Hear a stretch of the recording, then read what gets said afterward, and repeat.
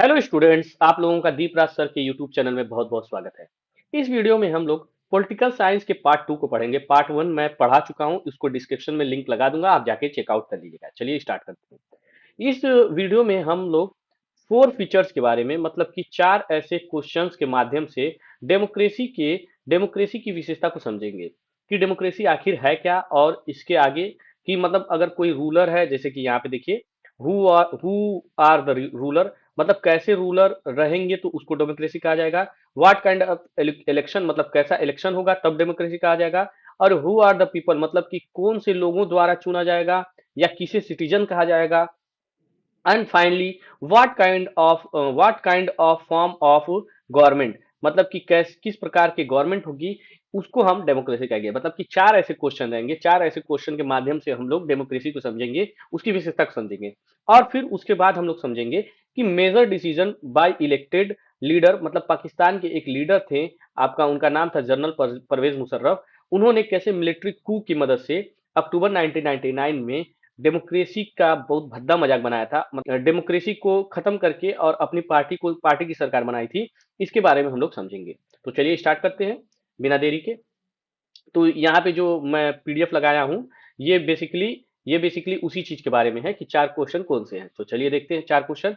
Who are the ruler, मतलब कि कौन ruler. Are the people we elected actually the ones taking the final decision, or someone else like military or dictator.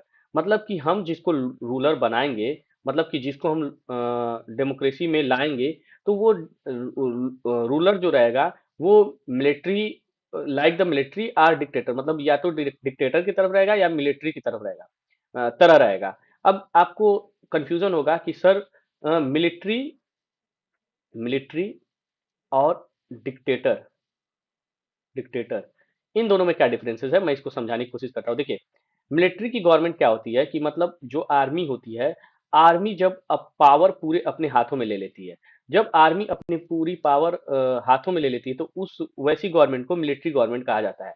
इसमें क्या होता है कि इसमें जनता की थोड़ी भी नहीं सुनी जाती है जब आर्मी के पावर हो जाती है, क्योंकि जो भी चुना जाएगा, अगर आर्मी जिसको चाहेगी उसको चुन लेगी, तो ये ऐसी गवर्नमेंट कभी भी डेमोक्रेटिक गवर्नमेंट नहीं कही जाती है। डिक्टेटर किसको कहा जाता है, डिक्टेटरशिप किसको कहा जाता है, इसका सबसे बड़ा जीता जागता उदाहरण एडोल्फ हिटलर है। हिटलर के बारे में आप लोग सुने होंगे कि उन्होंने जर्मनी के ऊपर कैसे पूरा कब्जा कर लिया था, और एक लोगों के पास जब पावर चली जाती है तो वो डिक्टेटरशिप हो जाती है, मतलब कि वो बिना जनता के परवाह किए हुए अपने पावर का इस्तेमाल करते हैं। ठीक। फिर उसके बाद दूसरा प्रश्न बनता है कि व्हाट काइंड ऑफ इलेक्शन, मतलब किस प्रकार का election. Is the election fair, do people have real choice, or rigged or is it rigged. मतलब कि जो हम चुनेंगे, इलेक्शन करेंगे और जिसको चुनेंगे वो कैसा होगा, मतलब कि रियल चॉइस होगा, मतलब फेयर इलेक्शन के थ्रू होगा, या फिर केवल फेक होगा। ठीक, उसके बारे में हम आगे की, मतलब ये सारे प्रश्नों के हम उत्तर को खोजने की तलाश करेंगे कि कैसे कैसे ये सारी चीजें। हु आर द पीपल, कौन लोग। Does every citizen have an equal right vote, or some groups exclude. मतलब कि कैसे, मतलब किनके द्वारा, कौन से लोगों के द्वारा, और वो कौन से सिटीजन होंगे कि जो गवर्नमेंट को चुनेंगे, तो इसके बारे में हम करेंगे। मतलब चार क्वेश्चन को हमको समझना है। ठीक। फिर उसके बाद है what kind of form of government, मतलब किस प्रकार की government. Once elected, can the government do whatever it want, or the three are there limit like a constitution that protected citizen right. मतलब कि कौन सी गवर्नमेंट जो लोगों के राइट्स को प्रोटेक्ट करेगी, या फिर ऐसी गवर्नमेंट जो केवल एक लोगों के द्वारा चुनी जाएगी। ठीक, इसके बारे में हम लोग चर्चा करेंगे। यहाँ पे मैं एक इमेज लगाया हूँ, यहाँ पे देखिए एक बच्चा है। ये बच्चा जो है, इसको मतलब एक नागरिक है, इसको ये आर्मी लेके आ रहा है, आर्मी का व्यक्ति लेके आ रहा है और उससे वोट दिला रहा है। इस प्रकार की गवर्नमेंट मैं अभी बताया हूँ कि ये मिलिट्री गवर्नमेंट होती है। ठीक ना, बेसिकली ये मिलिट्री गवर्नमेंट होती है, जो मिलिट्री अपने अनुसार किसी को वोट दिलाती है। ठीक। और फिर यहाँ पे देखिए कि मतलब कि एक लोग, किसी कोई व्यक्ति है जो अपने से इन लोगों को सबको कह रहा है कि तुम गवर्नमेंट को चुनो, मतलब कि तुम कामों को करो जैसा मैं कहता हूं। तो इस प्रकार की गवर्नमेंट हो जाती है डिक्टेटरशिप, जब किसी एक व्यक्ति के हाथ में पूरी सत्ता चली जाती है। फिर उसके बाद है freedom to choose without fear, या फिर ये जो तीसरी प्रकार की गवर्नमेंट है, जो ट्रू डेमोक्रेसी की बात करता है कि जहाँ पे व्यक्ति का मन, मतलब कि वोट देने का, जो अभी हम लोग पीछे पढ़ चुके हैं कि वन वोट वन राइट, इसके बारे में जो पॉलिटिकल राइट होती है उसके बारे में सबसे ट्रू एग्जांपल है कि कौन सी फ्री चॉइस होती है जिसमें हम ट्रू डेमोक्रेसी की बात करते हैं। मतलब कि कोई भी व्यक्ति, फॉर एग्जाम्पल आप जाते हैं वोट देने के लिए, तो आप कैसे जाएंगे वोट देने, कैसा वोट देना चाहेंगे, कि मतलब आप अपने मन से देना चाहेंगे या फिर कोई व्यक्ति के कहने पे। तो अगर आप अपने मन से जाके वोट देते हैं जिसको चाहे उसको, कोई भी पार्टी है, तो ऐसे डेमोक्रेसी को ट्रू डेमोक्रेसी कहा जाता है। ठीक, इसके बारे में हम लोग समझते हैं। अब देखिए, एक केस स्टडी है, मतलब केस स्टडी का मतलब होता है इसके बारे में अध्ययन करना। और कौन सी केस स्टडी है? पाकिस्तान के बारे में। ठीक, पाकिस्तान के बारे में केस स्टडी है कि पाकिस्तान में major decision by elected leader uses Pakistan as example, and why simply have election doesn't make a country democracy. In context क्या है? In October 1999, General Pervez Musharraf led a military coup and other overthrew the democratically elected government. The action declared himself the chief executive and later president. अब हुआ क्या था कि पाकिस्तान में 1999 के समय एक तानाशाही कह सकते हैं, तानाशाह थे परवेज मुशर्रफ। ये मिलिट्री के व्यक्ति थे। इन्होंने क्या किया कि जो इलेक्टेड गवर्नमेंट थी, मतलब जो लोगों के द्वारा चुनी हुई गवर्नमेंट थी, जिसको मैं ट्रू डेमोक्रेसी कह रहा था, कि ऐसी डेमोक्रेसी जहां पे हम फ्रीली जाके किसी को वोट देते हैं। तो वो जो परवेज मुशर्रफ थे, उन्होंने क्या किया कि वो इलेक्टेड जो गवर्नमेंट थी उसको हटा के अपने वहां पे सत्ता पे स्थापित कर लिया, अपने खुद को वहां पे वहां का राष्ट्रपति घोषित कर दिया। और फिर जब वहां पे राष्ट्रपति घोषित कर दिया, देखो जनरल परवेज मुशर्रफ है, ये जो व्यक्ति हैं ये चुने गए हैं, और इनको क्या कर दिया, इनको हटा के फेंक दिया, और फिर उसके बाद रेफरेंडम कराया। अभी हम समझेंगे कि रेफरेंडम क्या होता है। फिर रेफरेंडम कराया, और फिर बाद में आखिर में जनता की जीत हुई कैसे, उसके बारे में हम लोग चर्चा करेंगे। ठीक, अब हुआ क्या कि द सेम इलेक्शन, मतलब दिखावटी चुनाव। अब चूंकि हुआ क्या, जब परवेज मुशर्रफ, अभी हम लोग यहाँ पे देखिए, जो यहाँ पे है परवेज मुशर्रफ, उन्हीं की ये फिगर है।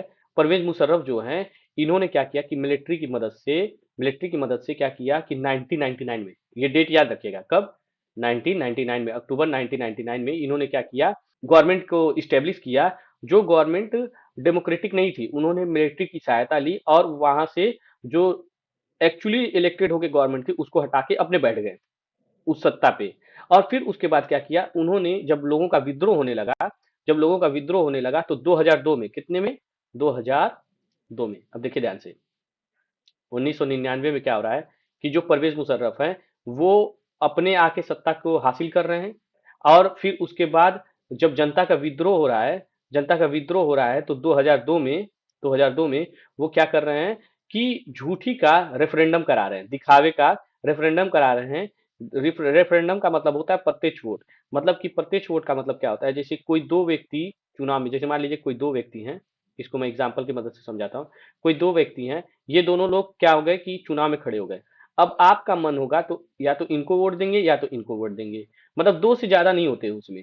और फिर ऐसे करते करते जो जिनका, जैसे मान लीजिए इनको 100 वोट मिला और इनको 150 वोट मिला, तो जिसको ज्यादा वोट मिलेगा उस वो विजेता होगा रेफरेंडम में। तो उन्होंने दिखावा के लिए, क्योंकि जनता का विद्रोह होने लगा था कि जो आप ये गवर्नमेंट स्टेब्लिश किए हैं, ये मिलिट्री की मदद से किए हैं, जो इलेक्टेड जिसको हम लोग चुने थे उसको नहीं चुनने दिए हैं, बैठने दिए हैं। तो इसलिए उन्होंने रेफरेंडम कराया, कब कराया, 2002 में। तो इस जो रेफरेंडम करवाया ये भी अच्छे से नहीं करवाया। तो इसकी इसकी पता, मतलब पता कैसे चला, तो ये जो मीडिया रिपोर्टर थे अ, और ह्यूमन राइट्स ग्रुप वाले थे, इन्होंने पता किया कि जो ये रेफरेंडम कराए हैं बेस्ड ऑन फ्रॉड, मतलब किस पे कराए हैं, फ्रॉड पे कराए हैं, माल प्रैक्टिसेस है। मतलब ये पूरी तरीके से सही नहीं है। ये झूठ का रेफरेंडम करा के और अपने ही लोगों से नकली वोट डलवा के क्या किए हैं, लोगों को दिखाने के लिए अपना गवर्नमेंट स्टेब्लिश किए हैं। फिर उसके बाद क्या होता है, even though Musharraf claimed to be leader, he took power through military forces and fraud, not through a legislative democratic process. This illustrates that it a true democracy, the final decision making power must rest with those elected by the people, not with the military or unelected.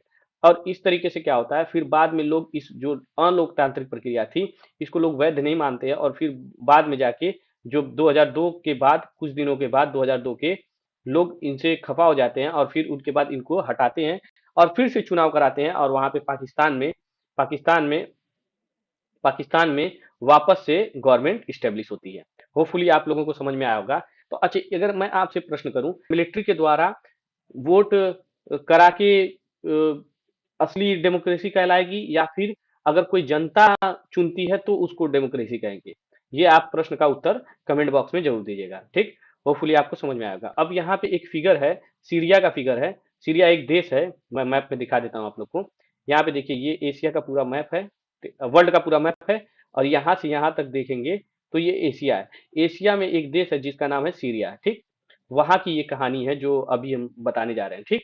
Syria में क्या हो रहा था, Syria में ये figure की मदद से बताया गया है कि Syria is a small West Asian country. देखिए, मैं फिगर में यहाँ पे दिखाया हूँ कि नहीं दिखाया हूँ?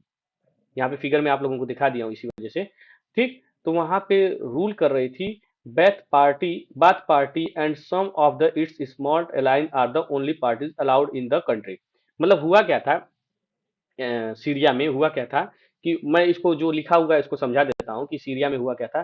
सीरिया में एक ही पार्टी थी, ठीक। अब कोई भी जाता था तो उस पार्टी को ही वोट देना पड़ता था, मतलब एक ही पार्टी हुआ करती थी। अब जब एक ही पार्टी रहेगी, आप केवल एक ही पार्टी को वोट देंगे, तो आप ही बताइए कि ये कहाँ की डेमोक्रेसी है? इसको कभी हम डेमोक्रेसी कह ही नहीं सकते, क्योंकि डेमोक्रेसी के लिए कम से कम तीन चार पार्टियां तो होनी ही चाहिए। दो तो पार्टी हो कि जिसमें हम चूज करें कि एक, मतलब मान लीजिए कि कोई एक पार्टी है, कोई दूसरा है, या फिर ए बी करके हम समझते हैं कि जैसे मान लीजिए ए पार्टी है और बी पार्टी है।